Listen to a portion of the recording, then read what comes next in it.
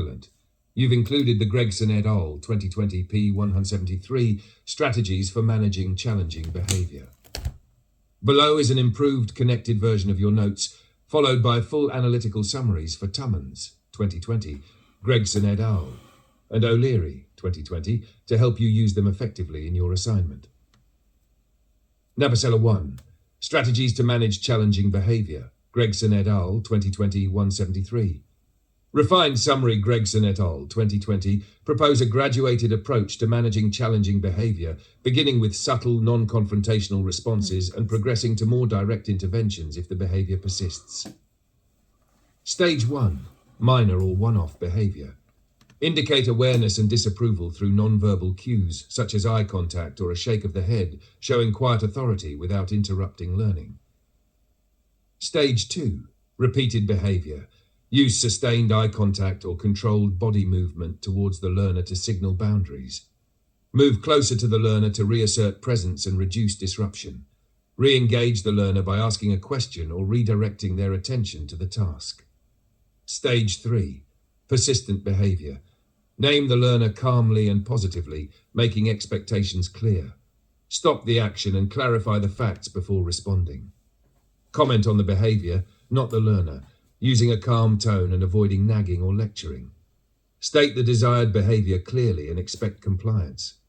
Avoid escalation by removing the learner from the audience and addressing only the main individual involved. Deal with issues swiftly to maintain lesson flow and keep focus on learning. Stage 4. Applying consequences. Ensure sanctions are consistent with institutional policy and proportionate. Avoid punishing the whole class, as fairness enhances trust. Apply penalties confidently, ensuring they can be carried out and understood as fair. Stage 5. Closure and reflection. Address the issue privately after class, preserving the learner's dignity. Encourage the learner to reflect and share responsibility for their behaviour. If appropriate, apologise for any misjudgment to model fairness. Create a behaviour contract outlining expectations and opportunities to regain privileges. Conclude with positive peace terms to restore relationships and maintain respect. This approach promotes fairness, emotional regulation and consistent professionalism, qualities that align with ETF professional standards and restorative practice. Number 2. Analysis of effective motivation strategies. Tummons 2020. Tummons identifies motivation as a crucial driver for learner engagement and success, highlighting both intrinsic and extrinsic motivational factors within further education. Intrinsic motivation arises from personal interest, curiosity, and a sense of achievement. Teachers can foster it by designing meaningful, relevant, and achievable learning activities. Extrinsic motivation comes from external rewards such as grades, certificates, or praise. Tummons emphasises that while useful, these should not dominate. Overuse may limit learners' autonomy. Tummons also stresses the importance of goal setting, feedback, and autonomy in sustaining motivation. Allowing learners choice and control over tasks increases ownership. The use of clear learning objectives, scaffolding, and feedback helps learners see progress, boosting self-efficacy.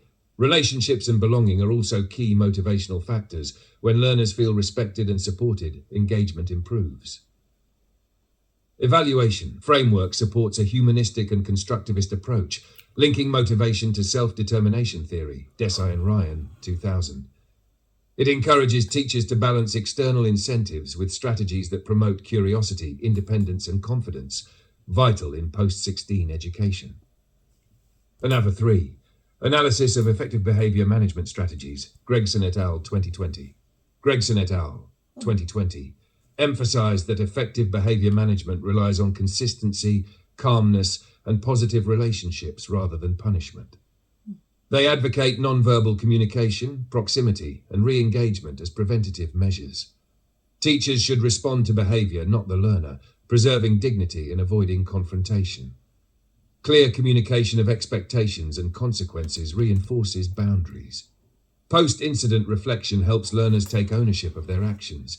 The emphasis on fairness and restorative resolution reflects an inclusive and professional approach aligned with equality, diversity, and inclusion, EDI principles. Evaluation, Gregson et al., promote a reflective, restorative approach that builds mutual respect and accountability, contrasting with older authoritarian models. Their model aligns well with the Education and Training Foundation, ETF, professional standards, especially those promoting safe, inclusive learning environments. Number 4. Analysis of the classroom observation, O'Leary M. 2020. O'Leary 2020 provides a critical exploration of the development, purpose, and impact of classroom observation in the teaching profession.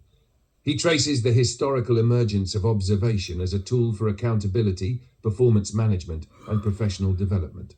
O'Leary critiques traditional top-down observation models, which often focus on judgment rather than learning, leading to teacher anxiety and performative teaching. He advocates for collaborative, developmental observation, where observation becomes a form of reflective dialogue that promotes professional growth. Observation, when used effectively, supports reflective practice, allowing teachers to analyze and refine their pedagogy. O'Leary positions observation as a tool for learning, not surveillance, encouraging trust, feedback, and shared responsibility among practitioners. Evaluation. O'Leary's analysis highlights the need to transform observation culture from evaluation to collaboration. In doing so, it enhances teacher autonomy, reflection, and continual improvement, aligning with the ETF Standard 3, inspire, motivate, and raise aspirations through your enthusiasm and knowledge. References: Gregson M. Nixon